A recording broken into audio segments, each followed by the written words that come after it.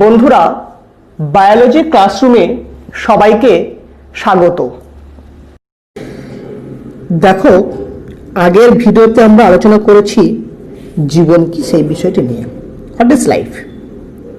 আমরা সেখানে বলেছি যে জীবন যে বস্তুর মধ্যে আছে তাকে বলা হয় সজীব বস্তু। এই যে সজীব বস্তু বা জীবন ধারণকারী যে বস্তু রয়েছে, সেই সজীব বস্তুর কি কি বৈশিষ্ট্য রয়েছে, সেই বৈশিষ্ট্যগুলি নিয়ে আমরা এই ভিডিওটিতে আলোচনা করব। সজীব বস্তু যারা রয়েছে তাদের একাধিক বৈশিষ্ট্য রয়েছে, অসংখ্য বৈশিষ্ট্য রয়েছে। আমরা কিন্তু সমস্ত বৈশিষ্ট্য নিয়ে আমরা আলোচনা করতে পারবো না। আমরা বিশেষ কয়েকটি গুরুত্বপূর্ণ বৈশিষ্ট্য নিয়ে আমরা আলোচনাতে আসব। ঠিক আছে, আমরা কয়েকটি গুরুত্বপূর্ণ বৈশিষ্ট্য নিয়ে আমরা আলোচনা করব। এক নম্বর কি? এক নম্বর বৈশিষ্ট্য হচ্ছে জনন। আমরা নিতে বলছি রিপ্রোডাকশন। সেটা কি? দেখো, তুমি যদি তোমার বাড়িতে একটা পুরুষ কুকুর আর একটি স্ত্রী কুকুর রেখে দাও। কটি কুকুর রয়েছে? দুটি কুকুর। 5 বছর পরে দেখবে দুটি কুকুর নেই, 10টি বা তার বেশি কুকুর হয়ে গেছে। কারণটা কি? না, এই কুকুর থেকে বাচ্চা উৎপন্ন হয়েছে।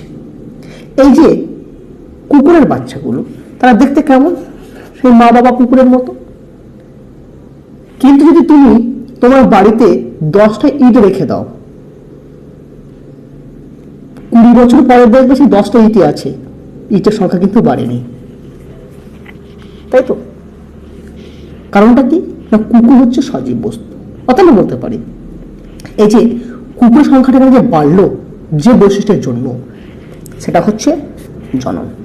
অর্থাৎ যে পদ্ধতিতে একটা জীব ঠিক তার মতো দেখতে এবং তার মতো গুণ সম্পন্ন অপত্য সৃষ্টি করে, সেই বৈশিষ্ট্যকে বলা হবে জনন। 1। 2 নম্বর বৈশিষ্ট্য আমরা কি বলতে পারি? না, 2 নম্বর বৈশিষ্ট্য হচ্ছে যে বৃদ্ধি।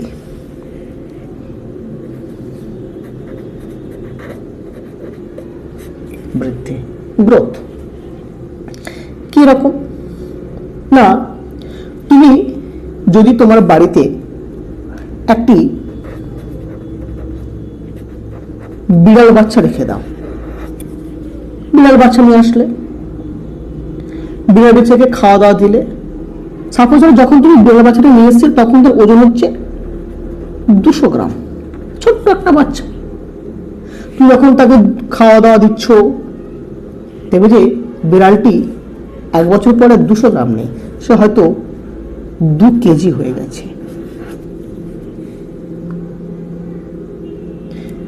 কিন্তু তোমার বাড়িতে যে পেনটি রাখা ছিল, সেই পেনটিকে তুমি 100 বছর পরেও দেখবে আজকে যা ওজন ছিল সেম ওজন পেয়ে গেছে। এখানে কি হয়েছে? না, বিড়ালের আকার, আয়তন এবং শুষ্ক ওজনে বৃদ্ধি ঘটেছে। এই যে জীবের আকার, আয়তন এবং শুষ্ক ওজনের যে অপরিবর্তনীয় চিরস্থায়ী যে পরিবর্তন ঘটেছে, ফলে ওজনটা বেড়ে গেছে, শুষ্ক ওজনটা বেড়ে গেছে, আকার আয়তন বেড়ে গেছে, সেই বৈশিষ্ট্যকে বলা হচ্ছে বৃদ্ধি বা গ্রোথ। ঠিক আছে। 3 নম্বর আমরা কি বলতে পারি? 3 নম্বর আমরা বলতে পারি, 3 নম্বর যে বৈশিষ্ট্য, 3 নম্বর বৈশিষ্ট্য বলবো যে বিপাক, মেটাবলিজম। সেটা কিরকম? ধরো, তোমার আজকে তুমি ওজন করলে, আজকে ওজন হলো তোমার সাপোজ 50 কেজি। আজকে তোমার ওজন কত বললাম? 50 কেজি। তুমি যদি খাওয়া দাওয়া বাড়িয়ে দাও, দেখা যাবে যে 1 সপ্তাহ পরে তোমার ওজনটা হয়ে গেছে কত? 1 সপ্তাহ পর তোমার ওজনটা হয়ে গেছে 60 কেজি। ঠিক আছে, আবার যদি তুমি খাওয়া দাওয়া কমিয়ে দাও, সে 1 সপ্তাহ পরে তোমার ওজন হয়ে যেতে পারে 45 কেজি। ঠিক আছে, কেন এরকম হচ্ছে? যে তোমার ওজন হচ্ছে, তোমার ওজন ছিল 50 কেজি, যখন তুমি খাওয়া দাওয়া বেশি করলে ওজন হয়ে গেল 60 কেজি, যখন খাওয়া দাওয়া কমিয়ে দিলে ওজনটা হয়ে গেল 45 কেজি। কেন? না, কারণটা হচ্ছে যে প্রতিটা সজীব বস্তুর কোষে প্রতিনিয়ত 2 রকমের রাসায়নিক বিক্রিয়া হচ্ছে। একটা হচ্ছে ধনাত্মক বা আমরা বলতে পারি গঠনমূলক রাসায়নিক বিক্রিয়া, আর একটা হচ্ছে ভাঙনমূলক রাসায়নিক বিক্রিয়া। যদি গঠনমূলক রাসায়নিক বিক্রিয়াটা বেশি হয় তাহলে ওজনটা তোমার বেড়ে যাবে, যদি ভাঙনমূলক রাসায়নিক বিক্রিয়াটা বেশি হয় তাহলে তোমার ওজনটা কমে যাবে। এই যে প্রতিটা সজীব কোষে প্রতিনিয়ত ভাঙনমূলক এবং গঠনমূলক রাসায়নিক বিক্রিয়া হচ্ছে, সেই রাসায়নিক বিক্রিয়াগুলোকে বলা হচ্ছে বিপাক বা মেটাবলিজম। সেটা কিন্তু কোনো জড় বস্তুর মধ্যে পাবে না, এটা কেবলমাত্র সজীব বস্তুর মধ্যে পাওয়া যায়। 4 নম্বর আমরা কি বলবো? 4 নম্বর বৈশিষ্ট্য হচ্ছে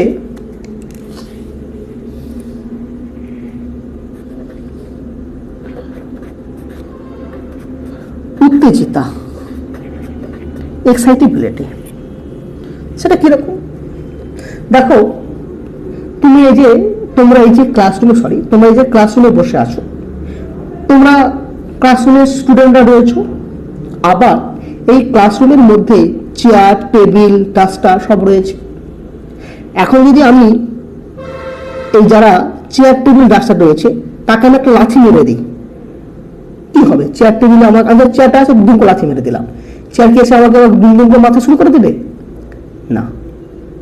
কিংবা আমি যদি চেয়ারকে 2টো গালিগালাজ করে দিই, চেয়ার কি এসে আমাকে গালিগালাজ শুরু করে দেবে? না। কিন্তু তোমরা যারা এখানে বসে রয়েছো, যদি তোমাকে আমি একটা বাজে কথা বলে দিই, সঙ্গে সঙ্গে তুমি কি করবে? না, আমাকেও 4টে কথা শুনিয়ে দেবে। তার মানে কি? না, চেয়ার, টেবিল, বেঞ্চ এরা জড় পদার্থ। আমরা যখন কি বাইরেকে গালিগালাজ করছি অথবা উত্তেজনা দিচ্ছি, তখন এরা কিন্তু উত্তেজনা সাড়া দিচ্ছে না। বিপরীতভাবে তুমি হচ্ছে সজীব বস্তু, তখন তোমাকে আমি গালিগালাজ করছি কিংবা 2টো চড় মেরে দিয়েছি, তুমি সঙ্গে সঙ্গে জিজ্ঞাসা করে আমাকে চড় মারবেন কেন? অর্থাৎ তুমি বাইরে উত্তেজনা সাড়া দিচ্ছ। এই যে বহিস্থ উদ্দীপনার সাপেক্ষে সাড়া দেওয়া, এই যে ধর্ম, এটাকে বলা হচ্ছে উত্তেজিত বা এক্সাইটেবিলিটি। তোমরা দেখেছো যে লজ্জাবতী গাছ রয়েছে, যদি লজ্জাবতী গাছের পাতা এরকম করে হাত দিয়ে স্পর্শ করো, তুই পাতা সবসময় বন্ধ হয়ে গেছে। কারণ কি? কারণ লজ্জাবতী গাছ হচ্ছে জীব, সে বহিস্থ উত্তেজনা সাড়া দেয়, এটাকে বলা হচ্ছে উত্তেজিতা। এবার আমরা শিখি 5 নম্বর হচ্ছে চলন ও গমন। চলন ও গমন কি করে? না, যারা জীব রয়েছে তারা নিজের ইচ্ছা কিংবা বাইরের কোনো উত্তেজনার সাপেক্ষে বা বাইরের কোনো উত্তেজকের প্রভাবে এক জায়গা থেকে অন্য জায়গায় চলে যায়। সাপোজ ধরো আমি তোমাদের রুমে পড়াচ্ছি, আমার খিদে পেয়ে গেল, আমি কি করলাম? আমার ভিতরে একটা উদ্দীপনা তৈরি হয়েছে, পেটের মধ্যে খিদে, আমি সমস্যা কি করলাম? তোমাদের ক্লাসরুম ছেড়ে দিয়ে আমি ক্যান্টিনে চলে গেলাম। এটা হচ্ছে গমন। অর্থাৎ বহিস্থ উদ্দীপনার সাপেক্ষে যখন জীব বা স্বতঃস্ফূর্ত যখন জীব এক জায়গা থেকে অন্য জায়গায় স্থান পরিবর্তন করছে, সেটা হচ্ছে গমন। তখন এখানে যে তোমাদের ক্লাসে যে চকরাসটা ফেলে আমি রেখে দিয়ে চলে যাই, সেই চকরাসটা এখানে ফেলে রেখে দিয়ে ক্লাস অফিস রুমে চলে গেলাম, চকরাসটা কি হাঁটতে হাঁটতে অফিস রুমে চলে যাবে? না, কারণ চলরাশিটা হচ্ছে জড়বস্তু। চলনটা কি? আমি তোমাদের পড়াতে পড়াতে ক্লান্ত হয়ে গেলাম, আমি এবারে চেয়ারে বসে হাত নেড়ে নেড়ে পড়াচ্ছি, তখন আমার কি স্থান পরিবর্তন হচ্ছে? না। এই যে বহিস্থ উদ্দীপনার সাপেক্ষে বা নিজের ইচ্ছায় স্থান পরিবর্তন না করে যখন জীব এক জায়গায় দাঁড়িয়ে এক জায়গায় স্থির থেকে অঙ্গ প্রত্যঙ্গ সঞ্চালন করবে, সেটা হচ্ছে চলন। ঠিক আছে, তাহলে এই চলন এবং গমন সজীব বস্তুর বৈশিষ্ট্য। কখনো জড়বস্তুরা হাত পা নাড়াবে না বা এক জায়গায় ওদিকে যাবে না, তাই চলন এবং গমন হচ্ছে সজীব বস্তুর বৈশিষ্ট্য। এবার আমরা এসেছি 6 নম্বর বৈশিষ্ট্য। 6 নম্বর বৈশিষ্ট্য কি আছে? 6 নম্বর বৈশিষ্ট্য আমরা বলতে পারি যে অভিযোজন। এটা বিরাট গুরুত্বপূর্ণ বৈশিষ্ট্য। অভিযোজন, অ্যাডাপ্টেশন। সেটা কিরকম ভাবো? এই যে গরমের সময় বা ধরো ঠান্ডার সময় তোমরা আমার ক্লাসে বসে আছো, এখন ঠান্ডা নেই, হালকা ঠান্ডা, তোমরা চুপচাপ করে বসে আছো। আমি যদি এবারে তোমাদের ঘরের সব সমস্ত ফ্যানগুলো অন করে দিই, কি করবে? তোমরা সব জড়সড় হয়ে যাবে, কিংবা ব্যাগে থেকে সোয়েটারটা বের করে পরে নেবে। কিন্তু দেখো, তোমরা এখানে বসে আছো, চেয়ার টেবিল এখানে আছে, এই শীতের সময় আমি যদি ফ্যানটা অন করে দিই, তোমরা সঙ্গে সঙ্গে কাছাকাছি চলে আসবে, গা ঘেঁষে ঘেঁষে বসে যাচ্ছ, কিংবা ব্যাগ থেকে সোয়েটার চাদর বের করে পরে নিচ্ছ। সেই তোমাদের পাশে যে চেয়ার টেবিল বেঞ্চ আছে, তারা কি এক জায়গায় জড়ো হচ্ছে, না চেয়ার সোয়েটার গায়ে দিয়ে নিচ্ছে, না টুটু করে নিচ্ছে? পড়ছে না। তাহলে আমরা কি বলতে পারি? যারা সজীব বস্তু তারা কি করছে? তারা সবসময় পরিবেশের সঙ্গে মানিয়ে নেওয়ার চেষ্টা করে। এই যে সজীব বস্তু পরিবেশের সঙ্গে যে মানিয়ে নেওয়ার যে চেষ্টা করছে, সেই বৈশিষ্ট্যটাকে বলা হচ্ছে অভিযোজন। ঠিক আছে, সজীব বস্তুর একটা বৈশিষ্ট্য হচ্ছে সে যে পরিবেশে থাকবে সেই পরিবেশের সঙ্গে সে নিজেকে মানিয়ে নেবে।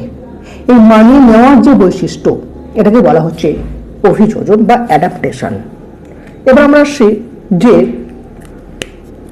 আমাদের 6 নম্বর বৈশিষ্ট্য কি হতে পারে। আচ্ছা, 7 নম্বর, আমরা বলতে পারি যে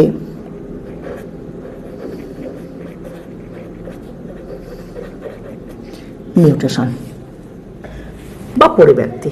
সেটা কি না, জীব যারা রয়েছে সেই প্রতিটা জীবদেহ গঠিত হচ্ছে কোষ দ্বারা, এবং কোষসমূহ থাকে তাদের জিন।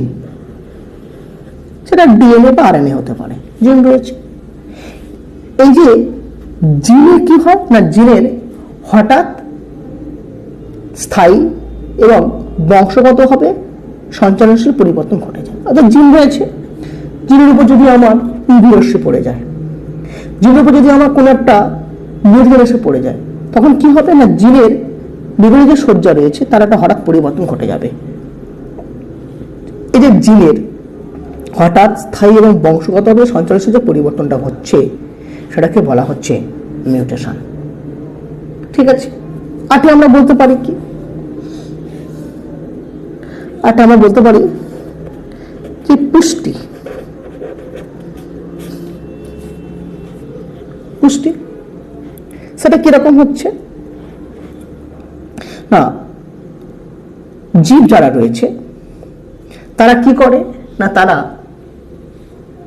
বিভিন্ন খাদ্যবস্তু সংশ্লেষ করে, বা জীবেরা যারা রয়েছে তারা খাদ্যটাকে গ্রহণ করে তারা সেটাকে কৃষি উপাদানে রূপান্তরিত করে। এই যে জীব বিভিন্ন অজৈব বস্তু নিয়ে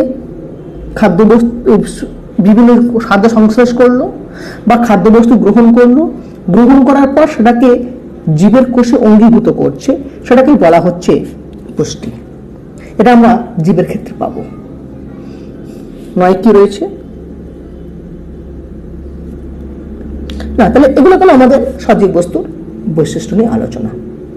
আরো অনেক বৈশিষ্ট্য রয়েছে, আমরা মোটামুটি এগুলো জানলাম, বাকিগুলো তোমরা বই দেখে নেবে। আমরা পরের ভিডিওতে এরকম কোনো একটি বিষয় নিয়ে আলোচনাতে আসব। বন্ধুরা, আমার চ্যানেল বায়োলজি ক্লাসরুম যারা এখনো পর্যন্ত সাবস্ক্রাইব করোনি, অবশ্যই করে সাবস্ক্রাইব করবে।